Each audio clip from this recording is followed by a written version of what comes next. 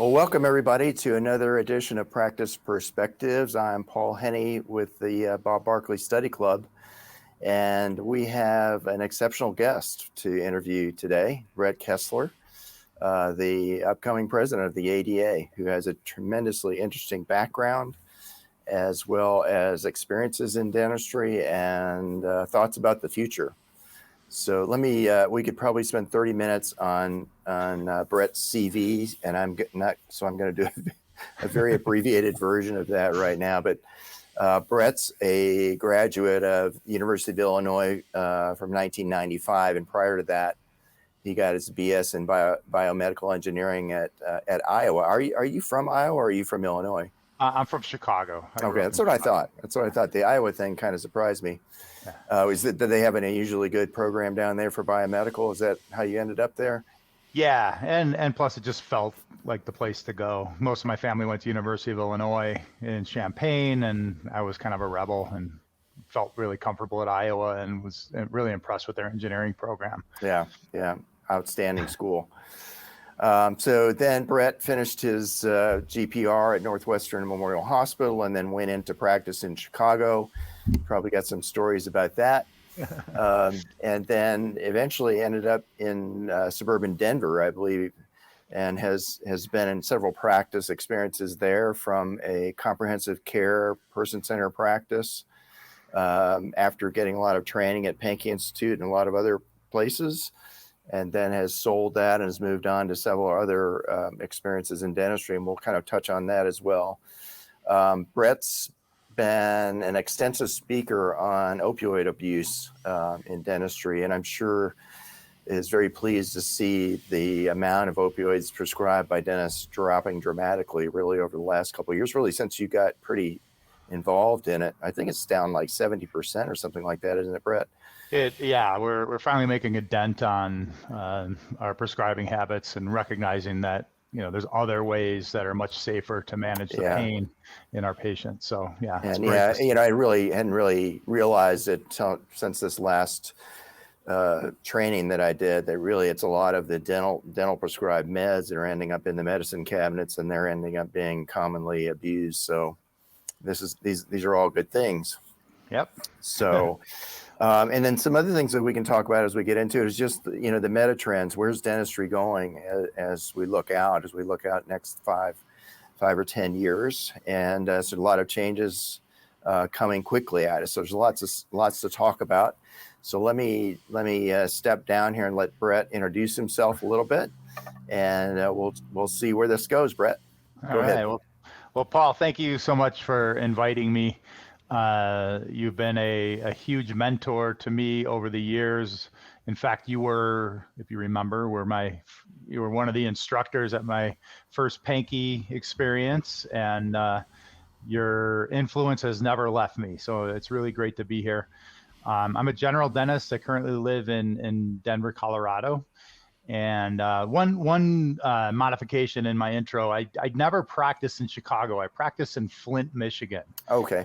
For a couple of years while I taught at University of Michigan when my wife was getting her master's in orthodontics. So, and that's part of my story. And when I went into dental school, as you mentioned, biomedical engineering was my path. I was going through that with the intention of going into medical school. And, something to fall back on in case I didn't want to do it. And one summer I was studying for my MCAT, and I remember holding the MCAT application in my hand, standing by the mailbox and saying, what am I doing? And I end up tearing up the application and decided that's not what I wanted. I kind of floundered around for a couple of years, and one of my old roommates was in dental school already. And he suggested, Brett, with your engineering background, you'd probably do pretty well in dental school. And the girls are cute. And that's really all that I needed to know about going to dental school. And it turned out I did really well. And yeah, the girls were cute. That's where I met my wife, and it seemed to work out. But then I was really fascinated with the surgical aspect of dentistry, and was thinking I wanted to go into oral and maxillofacial surgery. And the head of the program at UIC at the time told me that they would have a spot for me, but he wanted me to do either a surgical internship for a year or a general practice residency. So I asked him what the difference was, and he said a surgical internship will make me a better surgical resident, and a general practice residency will make me a better surgeon. And so, of course, I wanted to go that route, and I chose the GPR route. And I went to Northwestern, and I fell in love with dentistry in my general practice residency. My boss there he was a board certified in perio, pros, and oral surgery, and all he did was full mouth rehabs on A-list people in Chicago, and it was very intriguing to me. When I moved to Michigan, I lived in Ann Arbor, but I actually practiced in Flint, Michigan, and we all know Flint, Michigan's reputation. I know you spent some time there too, Paul. Yep. In Michigan. I don't know if you spent time at Flint. Well, actually, my parents both were from Flint, so I'm pretty familiar with it. Yeah. So the guy I decided to work for, his name's Rob Terry. Rob was doing the same kind of dentistry on United Auto Workers as my boss in Chicago was doing on the A-list personalities of Chicago. And it fascinated me. And that's where he started, introducing me to, the value of the work we do and promoting the value to our patients. And this kind of work is accessible to anybody who really wants it. And it's our job to bring them up above the line, to get them to want it, or to guide them to wanting it. And so he sent me down to the Dawson Academy, and I went to several of Pete Dawson's programs. And then when I moved to Colorado, and after I started my own practice, Mark Murphy, who was always a good friend of mine, twisted my arm and said, "It's time to go to Pankey." And that brings us to how we met. And I had a practice philosophy that really focused on the patient. I treated people who had teeth or didn't have teeth, but and that was the thing. And you get to know, like Pankey always said, I never had a tooth walk into my office. Get to know the person, and you might get to treat the teeth. And that's how I did it. And it was a wonderful opportunity to have a great life. So so that's me. And then you also were in the same building with your wife, right? So you had kind of an ortho restorative scenario set up beautifully there. Yeah, we started our practice from scratch in a brand new neighborhood in Denver, Colorado. And we started with some benefit plans. We were part of Delta Dental, but within a year or so, we dropped that, and we're 100% fee-for-service relationship based. Gina is an orthodontist, and she, had a heavy focus heavy on the children demographics. She didn't get many referrals from other general dentists, but she got a lot of referrals from the pediatric dentists and then from me. Most of her adults were patients that I would send her who would, I needed things fixed and better positioned before I did my restorative. So it was wonderful. And then you ended up selling that practice, 5 years ago or something like that? Or we sold it in 2018. It was the year I turned 50. Both of us turned 50. I asked myself some mid-career questions about what do I want to do with the second half of my career, with the second half of my life. It wasn't a midlife crisis, but a midlife question. And it was the year I decided I wanted to throw my hat in the ring to be on the board of trustees of the American Dental Association. And I felt like I wanted to give that my all, and I don't think I could have done the level of attention to running the practice as I needed to be thriving in the private practice. So we sold it. I worked for them for a few years. My wife still works for them, and then I drifted into another opportunity, and with a friend of mine who was getting up in age, and he needed someone to fill in a couple days a week. We would split the week's schedule. Basically, I would work Mondays and Tuesdays, and being on the board of trustees for the ADA, I travel a ton, and it's usually, Wednesdays through Sundays that I was traveling. And so it worked out really nicely. He worked the second half of the week. I worked the first half of the week. And with similar practice values. Fantastic. And then, as I was reading through your CV, you're just like the perfect person for the time when we look at all the demographic changes and technology changes and everything going on in dentistry. And we would be hard pressed to find anybody with the kind of broad perspective that you have of all these modalities and how things are trending and being out for quite some time, connecting with people and getting more familiar with what's happening in the marketplace.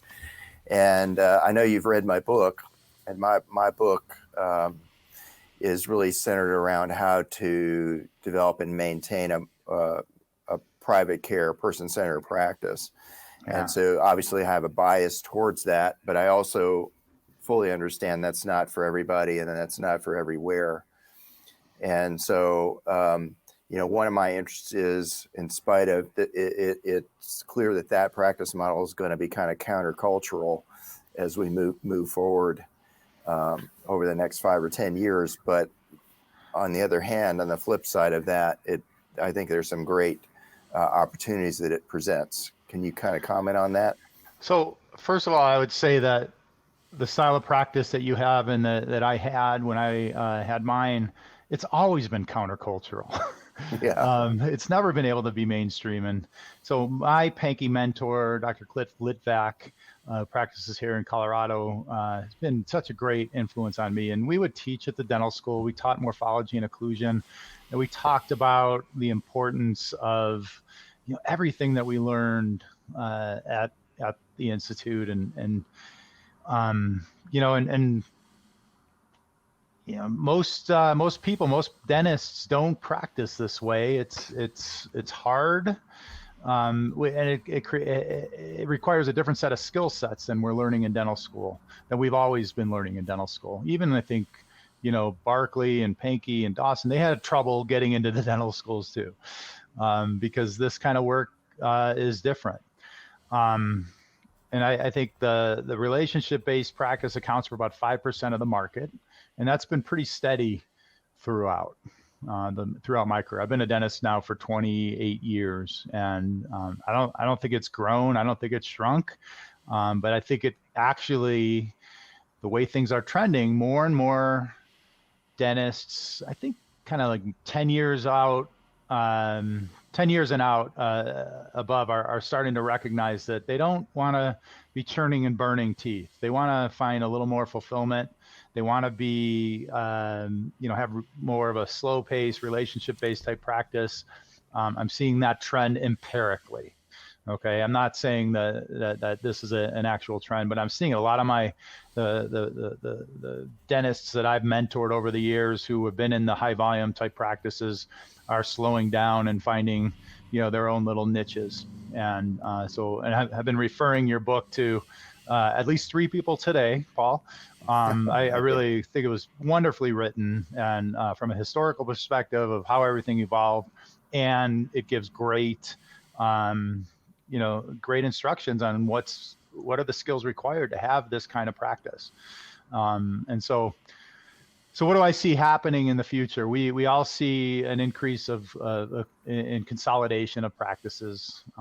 Some of them are, spurred on through private equity. Some of them are spurred on through creative private practices who are, looking to form groups. It's happening in the general dentistry realm. It's happening in the specialty realm.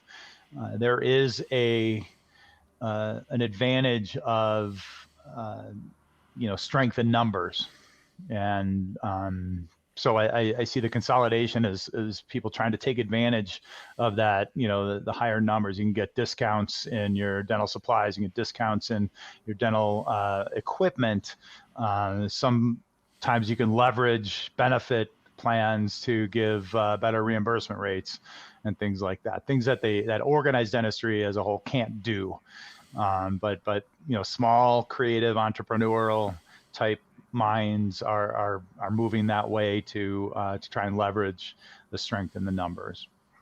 So, right, and another piece of that is that more and more women are becoming dentists. So, really, over the next just a few handful of years, we're going to be a majority female profession, and lifestyle choices and really social demands of being mothers and rearing children, and maybe dentistry not being as high of a priority in their life as it would be to a male.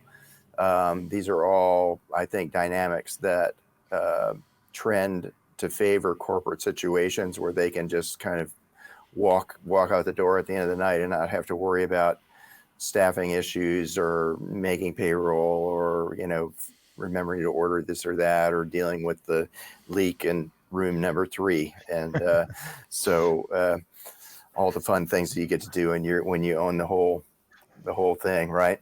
The one thing I don't miss is the leak in Operatory 3. That happened twice. We had a first level office on the first level of apartment building, and the apartments above twice. In Op 3, they left their dishwasher on or whatever. Something happened, and we came into floods. And well, one of the questions that I have, I'm not a dentist, and I've worked with Paul for many, many years on a lot of different projects, and I've met quite a few very successful dentists who are in this culture of patient-centered practices. And one thing I notice is that there is a terrific sense of focus in all of you. And the other thing I notice is all of you have overcome some failures, some problems in your life, which has helped you focus on this. And I know in your case, you are not only overcoming substance abuse and fought with that, but you also are a very strong athlete. And those attributes, I think, are very important to building a practice like this. Any comments on that? Do you agree? Yeah, 100%. I entered dental school with a substance abuse problem, and I exited dental school with a worse substance abuse problem, and I hit my bottom in 1998.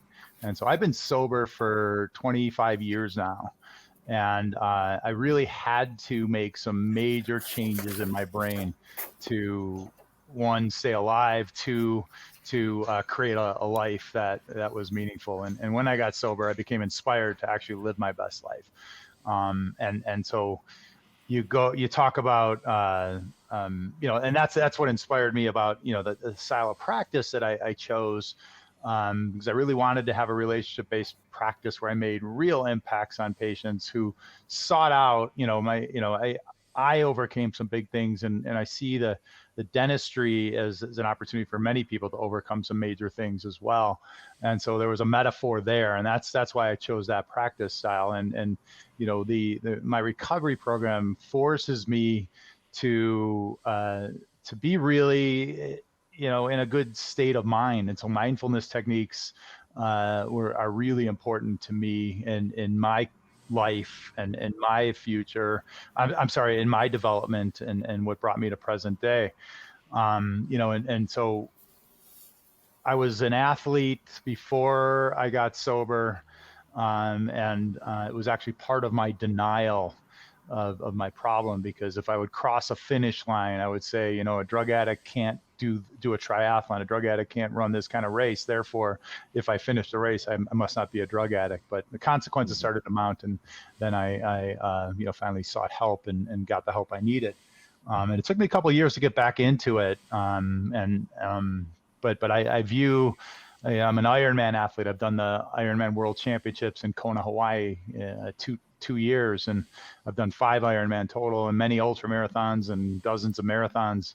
But all of those are brain games. And, yes, it's a physical challenge, but the brain games that I have to play with myself to get through these endurance events, translates, it's a metaphor for life. Like there's bumps in the races, there's bumps in life. Everything will get through if we keep moving forward and find the resources to nourish your brain or nourish your body to get you to the next step. Well, that's a big thing that Paul talks about. Is it's a brain game. It's deciding what focus you want to have for your practice, and then being dedicated to that focus. I mean, your background is more dramatic than a lot of the dentists, but is certainly along the same path. Don't you see that trend, Paul? Most certainly. I mean, your story is intriguing to me because very clearly you're a very bright and self-disciplined person. You wouldn't have, graduated with a degree in biomedical engineering or gotten into dental school if that wasn't the case. And here's this very bright, self-disciplined person that gets tied up in drug abuse, and the general thoughts or stigma associated with that. Well, that they're weak. They don't have the self-discipline to stop that sort of thing. And I think this is a very interesting area to me because there are certain aspects of the brain that are beyond logic, and certain brain centers that literally can take over your life, and you can be a brilliant person with tremendous self-discipline like Brett, and it can take you down some pretty dark paths. Can you just talk briefly about that piece of it, Brett? Sure. So, I started drinking when I was probably 13 years old.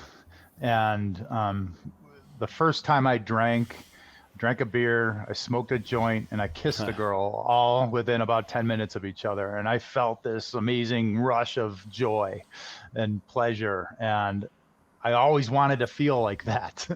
And so that's where, and so that's where drinking picked up, and then switching over to different drugs, and at some point, I don't know when it happened, but I crossed over this line when it became a necessity instead of a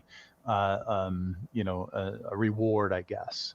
Addiction is from a physiological standpoint, it's amygdala dominant brain. Okay. Our pleasure center, our impulsivity lives in the amygdala, and it hijacks the brain, disconnects it from the prefrontal cortex, where all executive function and logic, can shut off the amygdala dominance, and you lose perspective, and it's treatable with proper treatment, but it's very illogical, and because it's a form of insanity. Because you mentioned, Stan, and Paul, that, I'm a pretty smart guy. Okay. I have a lot of knowledge in my brain, and I learn things quickly. But I couldn't learn to stop doing drugs on my own. Okay. It's just, it's a compulsion. It's almost to the point of, it's a bad metaphor, but it illustrates what I'm trying to talk about. Try to stop yourself from vomiting when you have a food poisoning. Right, Try to stop yourself from having diarrhea. Okay. You can't. Okay. When it happens, it happens. And that's how it was with addiction. And it took some serious rewiring of our brain, of my brain, of any addict's brain, to get into recovery. And just like with athletes, it's consistent training over time. And the brain is a plastic organ, meaning that it is moldable, changeable. And new pathways were formed in my brain that sidestepped around the addictive pathways.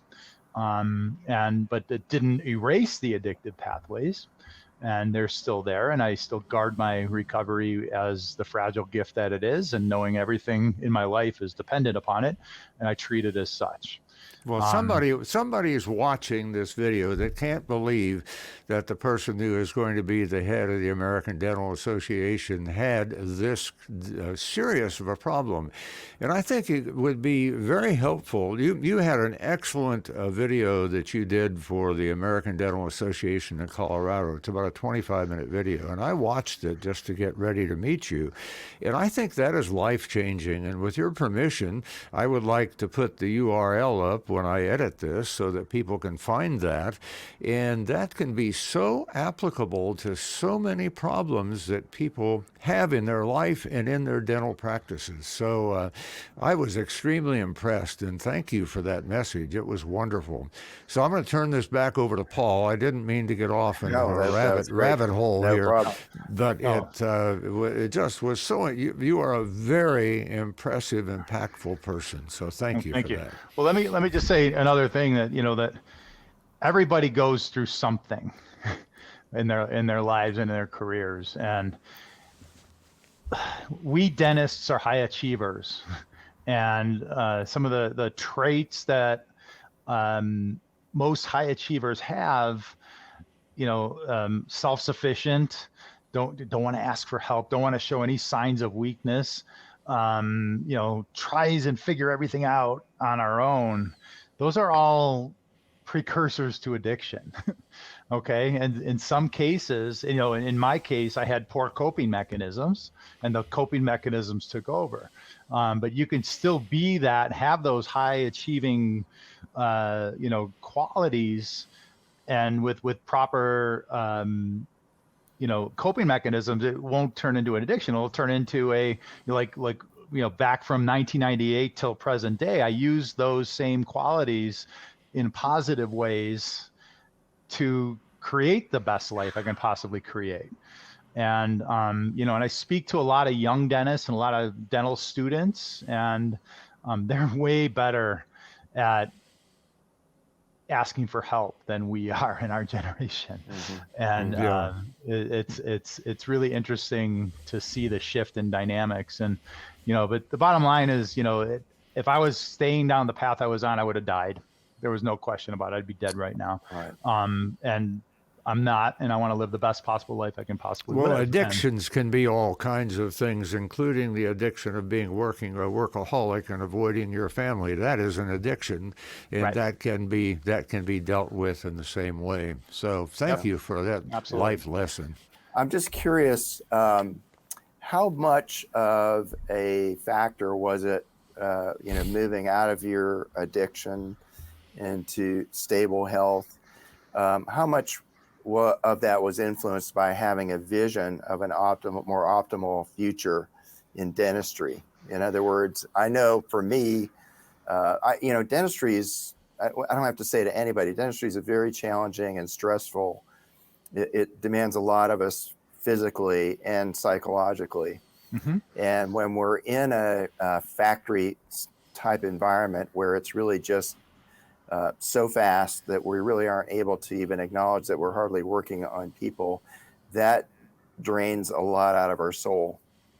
And I know for me, it's been very healing and stabilizing for me over many decades now to have a practice where the relationships that I have with my patients is a close one, and sometimes a very personal one. And there have been moments in my life where I've had struggles as well, personal struggles, and it's been my patients frequently who have stepped up and been the ones that have comforted me. So I kind of created a work world that was supportive, psychologically supportive as well. And I guess my question is, did you evolve a vision for an optimal future, and was that a big driver to motivate you to move away from substance abuse? So in substance abuse, in my mindset was that I was a slave to wanting to feel good with the least amount of effort. Okay. And when the consequences started to mount, that's when I sought help. Okay. I didn't suffer too many consequences, like a lot of my friends that I know. But when I recognize that I'm no longer a slave to this, I have this blank slate in front of me of a life that I can write my own story. And I did. I set out to do that intentionally. When I went to dental school, I didn't know anything about dentistry. But when I got into my residency and saw what was possible with dentistry and how it impacted people's lives, and how it helped, I was in a hospital-based setting, so I got to see how Systemic problems affected the oral health and how oral health can affect systemic problems. And that was really impactful to me. Plus the getting people out of pain, removing infection, creating a smile. And then the engineering side of building things, and so, I gravitated toward, and then I took that job in Flint where, I was exposed to Pete Dawson, who said, you as a doctor, you have to be the physician of the masticatory system. You treat everything that is involved with mastication of food. And that includes the teeth, the structures that hold the teeth together, all the muscles surrounding it, the muscles that open and close the jaw joint, the disc, everything, and so that holistic mindset from an engineering standpoint was very attractive to me. So I chose jobs based on growing that, because that's what I was exposed to. I feel I have this thing that keeps occurring in my life. When you're on the right path, angels appear along that path with a message to guide you forward. Okay. 20 years ago, I met Paul Henny at Pankey. Who the hell would ever have figured out that we'd be talking today about this kind of thing? Right. Okay. So, you were one of those angels in my path. There were so many of them, and it just kind of reinforced me that I learned my why, that I strive out to be a catalyst for positive change in the world. I do it through my dentistry. I do it through my leadership. I do it through athletics. I do it with my family. I do it with my friends. I mentor, so it's that my whole life is that, and dentistry is one part of that why that fulfills something for me. So to put it another way, you found a way to pretty much live your values no matter where you are, right? And there isn't a discrepancy when you walk through the office door or into the synagogue or on the ball field or starting a triathlon. It's all the same mindset. And I know you're very, very structured and disciplined with regard to developing your mindset, which is a huge, huge part of that, and keeping you on track and focused on the right things. Maybe you can talk a little bit about that as well, Brett. So again, back in the early part of my recovery, I was exposed to or suggested to read the book 7 Habits of Highly Effective People. And in that book, it talks about figuring out what your core values are, figure out what is your vision, beginning with the end in mind. Those kind of things were part of the habits of successful people. And it all was in harmony with my early recovery. And then Dawson says the same thing. Rob Terry says the same thing. Pankey Institute says the same thing. Bob Frazier says the same thing, and so I kept seeking deeper meaning to what my core values were. Developing the vision and refining the vision. Sometimes, when you have a clear vision of what you want to accomplish, every decision you make, it makes it easy. Are you going closer to your vision, or are you moving further away from your vision? And so how do you, so you can hone that in. And then if you keep moving away from that vision, is your vision really the vision you want to go towards? Mm-hmm. Maybe it's not. Mm-hmm. And so sometimes that changes, and that's okay. We dentists like predictable outcomes. And when you're in vision work, that's kind of nebulous. That's not very comfortable for many of us. That's why there's only 5% of our colleagues that practice this way, because it's not comfortable, and there's not always those angels that appear that we're so open to seeing the messages that are coming our way. So yeah, I'm part of Bob Frazier's National Study Club, and he's been such a great mentor to me too. And the last time we all met, we did he had us read the book Hero on a Mission, and the exercise was to write our eulogy. Mm-hmm. It's also part of the 7 habits. What would you want people to say when you pass away, and then go live that life. And when I wrote that, we were in Sedona, Arizona, beautiful mountain retreat in the desert. I mean, it was so amazing. It was so emotional as I wrote that, because I recognized I was living in my purpose. And, then I was running for president-elect of the ADA, and now I'm in, that role. And I feel for the first time in my life, I'm 100% living in my purpose. It's everything I had hoped it would be times like 1,000. And it's all because of this kind of work that you describe in your book, that you mentored me along and exposed me to along the way.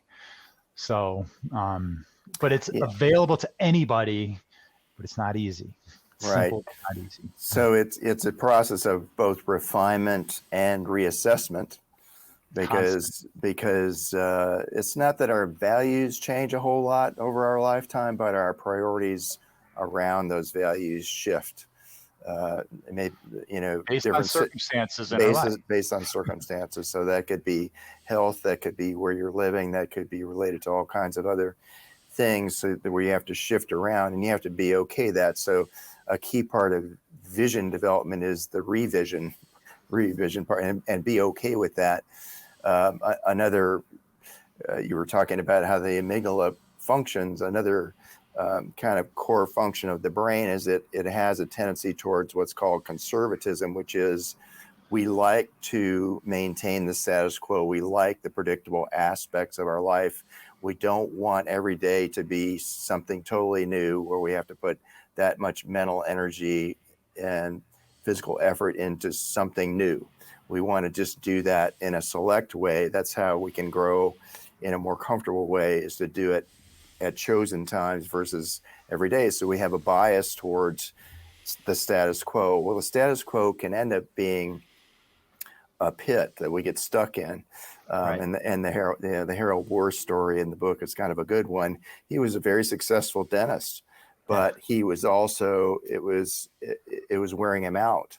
And as he described it, he felt like a lion in a cage, just pacing back and forth, and he didn't think that he even saw people anymore. And I think that's a really easy place for dentists to get into when they get really busy, because the busier you are, the more you're functioning out of your left hemisphere, and the less you're functioning out of your creative side. Uh-huh. And it's really when we're functioning more on our creative side, or more in a balanced way, that we really find more joy and pleasure in what we're doing. And that's where I think dentistry can really break you down if you don't find a way to balance the humanness with the engineering piece. And I think that, you're somebody that figured that out, and that's why you were so successful at that, Brett. And I love sharing it, because as you both said, my story is unique, but it's not, it doesn't have to be uncommon. Whatever we focus on, we will grow. And, but recognizing if we're in a bad job, we don't have to stay there. But sometimes we're beholden to that because the devil we know is more comfortable than the devil we don't. And, and that's why the value of mentorship, where people have said, Brett, are you sure you want to go this route? Brett, you really ought to look this way, man. I think you'd be good at that. And, those kind of nudges really spoke to me, because they came from people that I trusted and I put in a position to trust. Again, the solo practice, it's a lonely job for many. And, many of the dentists don't have the self-awareness to recognize that they're in a rut. We like to stick in the rut and decorate that rut. And occasionally we'll look out and wonder what everyone else is doing, but then we go right back into our rut, and because it's comfortable. But somewhere along the line, because we're breaking our values, not being true to ourselves, I guess, for time after time after time, and then we hit a breaking point. And that's when burnout happens. That's when some kind of event, like in my case, the substance abuse, really came out, because I needed to cope, and I coped with the only way I knew how to cope. Right. But it's, if we can break out of that and recognize that anything's possible in this world. We are America, the land of opportunity. And, I just spoke, gave a keynote address at the International Student Program graduation here at University of Colorado, and hearing the trajectories of these new graduates. Most of them were dentists in other countries. Many of them were specialists, prosthodontists, orthodontists, oral maxillofacial surgeons, and they, courageously picked up their lives in pursuit of the American dream, retrained, spent an extra several $100,000 to learn things they already knew or probably could have taught better than some of the instructors that taught them. In pursuit of that American dream. It was motivating and inspiring. I can't even describe it. But yet we have so many of our colleagues who are, stuck in this little rut, rut of theirs. And I wish they can see, out of that and see the greater perspective that they can do anything at any time. Yeah, it's easy to convince ourselves that the options don't exist when in fact they're right around the corner or within us, simply within us, a different perspective that we can develop over time. From my perspective, we have two of the profession's greatest teachers sitting here talking, and I think that we ought to schedule doing this more than once because there's so much wisdom in you two guys. We have just passed the 40-minute mark, and I think that it would take a marathon runner to want to watch a video for 40 minutes, but we can predict that if we talked again, there would be further gems of knowledge that perhaps would be uncovered that could be helpful to people. Because the purpose of this practice perspective is to help the people that are struggling and wondering why they are not particularly happy with their life. So with that thought, I think we ought to consider closing this down. And Paul, you might want to close it down and then some final words from Brett. And my suggestion is we do this again. So I'll leave that on the table. Okay.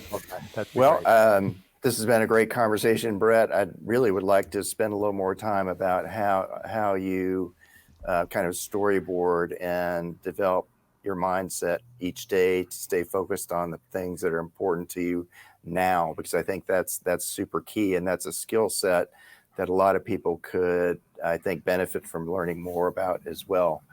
I'd like to just take a little housekeeping note.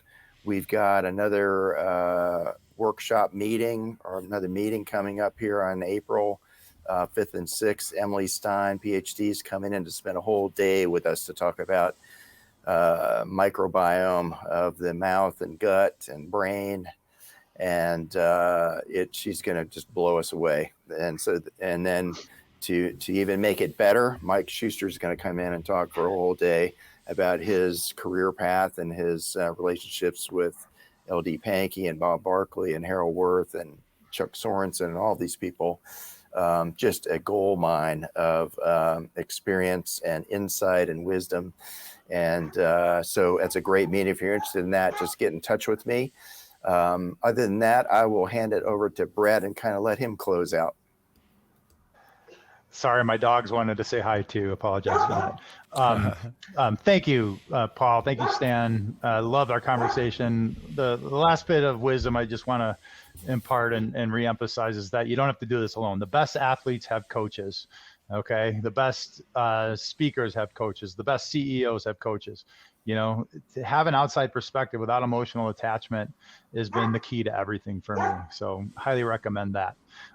Thank you. I look forward to many more of these conversations, and I'm sorry I can't make the Bob Barkley Study Club. My schedule is not my own these days, but gosh, that sounds like a great workshop. So, all right. Thank you, Brett. Yeah, so with that, I think we will close it out. And if you're interested in more of these kinds of conversations, do look into the Bob Barkley Study Club, and there will be many future practice perspective videos. So thank you all. Thank you, Paul. Thank you, Brett.